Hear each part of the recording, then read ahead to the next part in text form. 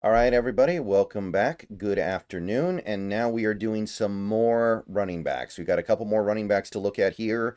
We're on to round 3 now. First video, round 1. Second video, round 2. So it only makes sense that our third video is round 3. And we got a few guys in here as well. And I want to reiterate this. It's not every draft class recently that has this many running backs in the top 100.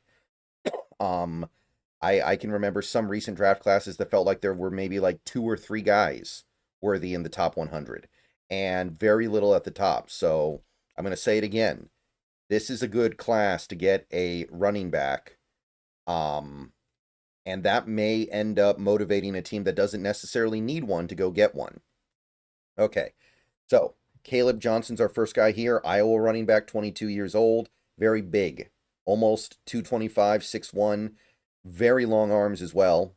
Arm length doesn't mean nearly as much for a running back as it does a tackle or a corner, but it means something.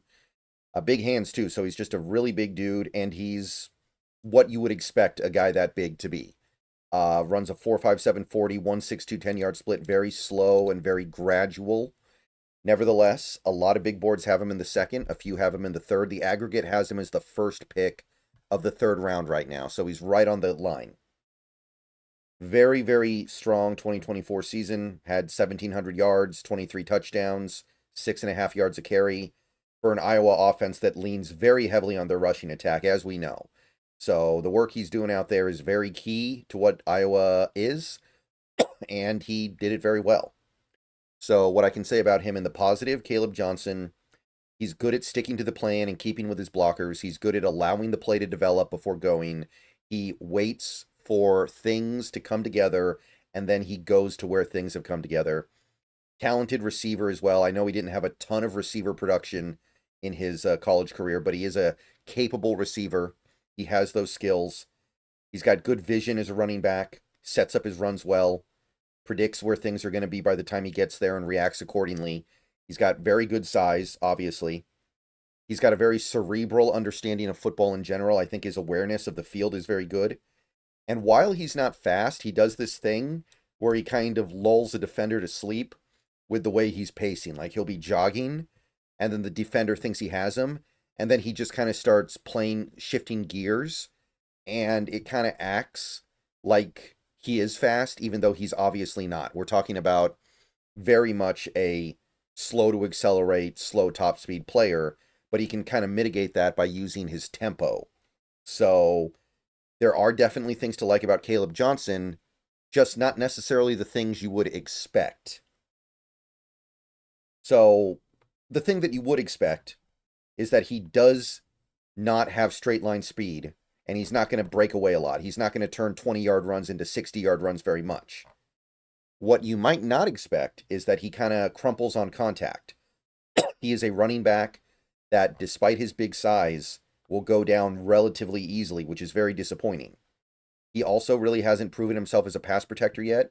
He doesn't make very sharp cuts. Everything happens very slowly and gradually with him, and he doesn't really like to play physically.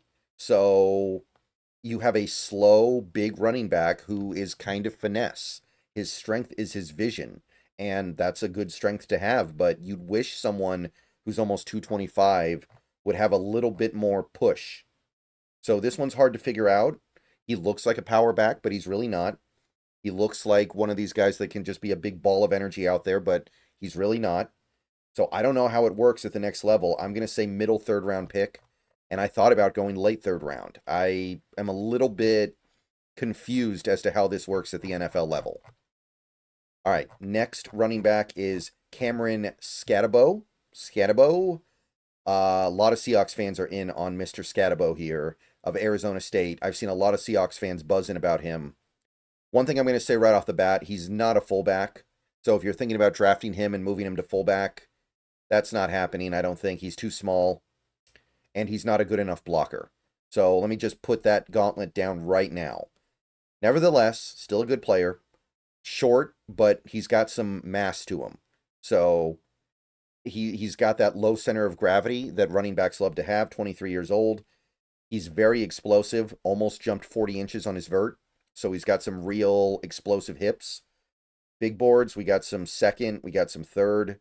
CBS has him down in the 5th. They really don't like him, but the aggregate has him in the very early 3rd. He was in contention for the Heisman in 2024, 2,300 yards from scrimmage, 24 touchdowns, great receiving production, 600 receiving yards, 45 catches. Was obviously he's no Jean T, but he was the only guy who was really in Jean T's orbit when it came to production, it felt like. And the previous year he was pretty good too. It wasn't over the top, but he was efficient and effective for the most part. And I mean, Arizona State builds their offense around him.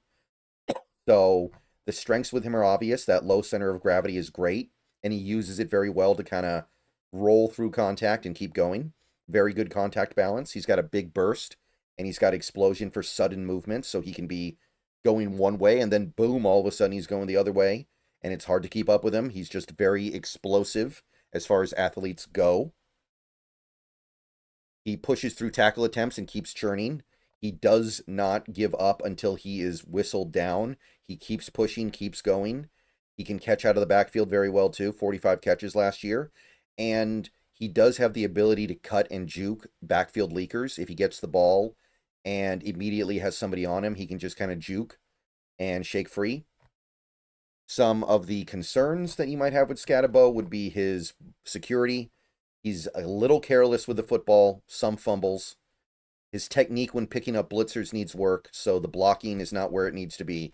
And he is a smaller guy. It may never be where we want it to be. Who knows? He doesn't have top-end speed. He didn't run at the combine. I think his pro day was like a 4 or 6 something, so he does not have good speed. He takes a lot of punishment the way he plays, and given that he's a little bit of a smaller guy, I wonder how long this is going to work. And his cuts can be a little sticky. Like, I feel like things happen a little more gradually with him than they should. I think his cuts can get a little bit sticky. So definitely some issues here that people, I think, are overlooking because he is such a fun player. And he is fun, don't get me wrong. He can play on all 3 downs. He can be a real pain for opposing defenses. But at the end of the day, I think that he is a change of pace back. And there's certainly a place in the world for a change of pace back. And I think he's going to be really good at it. But if you're thinking about this guy as a franchise level running back, there are too many holes here, I think, very clearly. So I'd go early 3rd round. I thought about late 2nd, but I can't quite do it. I think he's got a few too many limitations. But I think early 3rd works. I think the aggregate has it about right. And I think that you are going to get your money's worth as long as you complement him with a good, speedy, better blocking running back across from him.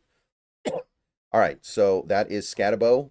Let's move along to our final 3rd round projected running back, Dylan Sampson of the Tennessee Volunteers. Only 20 when the season starts, so he is maybe the youngest running back this year. I think he will be the youngest running back in the league when the year starts in 2025. The season, excuse me. Very small, very short, very undersized, 200 pounds flat, 5'8". Good broad jump, so he's got some explosion in his hips, but he didn't test that much. 13 bench press reps, by the way. An all-time low score, or very close for a running back. Big boards, we got a little bit of 2nd, some 3rds, and a little bit of 4th. Aggregate puts him in the late 3rd, which I think is a reasonable expectation. Very, very productive 2024 for Tennessee. Over 1,600 yards on almost 280 touches and 22 rushing touchdowns. So great production for the Volunteers last year. Prop positives with Sampson, great cuts. He's got great authority on his cuts. He'd be a great Shanahan back, 1 cut and go. He's got vision and patience to let the play develop. He's somebody who will hang back, wait for the block, and then go when the play's ready. He's not going to run up the back of his blockers. He's not going to get impatient and just run into the teeth of the defense. He's got some open field moves. He can grind out extra yards with his moves. He does have some improv skills in the open field. He can turn a long run into a longer run with those improvisational abilities. And his top speed is good. It's not stellar. I do think that he can outrun most defenders. So he can break away, he can get the edge, all that kind of stuff. So Dylan Sampson, definitely bringing some nice things to the table here as a running back. Definitely going to be a good pro.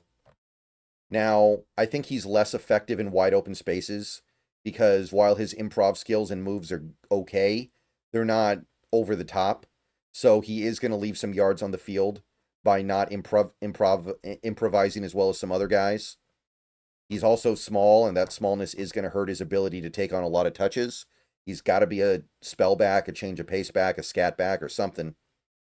And here's the thing. Usually these smaller running backs are really good on third down. They're good receivers. Not really the case here.